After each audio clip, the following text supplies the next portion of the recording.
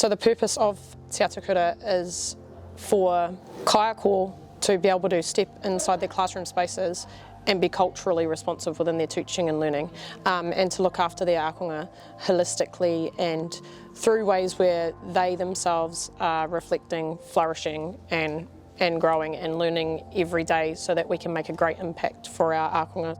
So the values came from the Akonga Māori Voice in the Te Kotahitanga program, and they described the type of learning environment that would really help them to be successful, and it was a kuia who put the values to what the Akonga Māori was saying about that learning environment, and they are the Te Atakura values which we as coaches operate under as well. Being able to help people see what those values mean, in particular inside their classrooms, to make a difference for akonga and to have that biggest impact is what is important to us. Sometimes people don't really fully understand how to reflect, and that's what our jobs do. Like, we walk alongside people, take their haerenga with them and enable them to understand what that in-depth reflection is.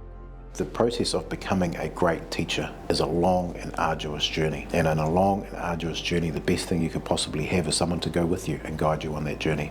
We have to acknowledge people's strengths and you have to play to those strengths, but at the same time, no matter how good you are in one area, there's always going to be other areas that you can be looking at to develop. That was actually the most valuable part of the Te Atakura process for me.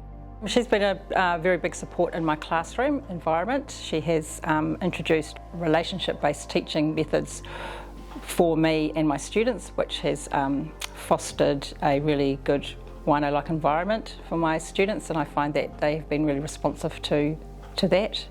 The way that the program is delivered now is culturally sensitive. We introduced the Te Wari Tapawa model. I think it's given them way more confidence, and once that sense of belonging has been introduced, they feel way more comfortable.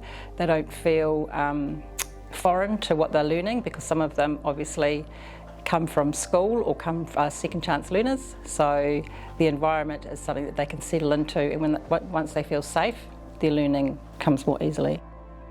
The key thing with Te Atakura is it narrows down their focus of what they're reflecting on. They're reflecting on relational pedagogy, not just any type of pedagogy.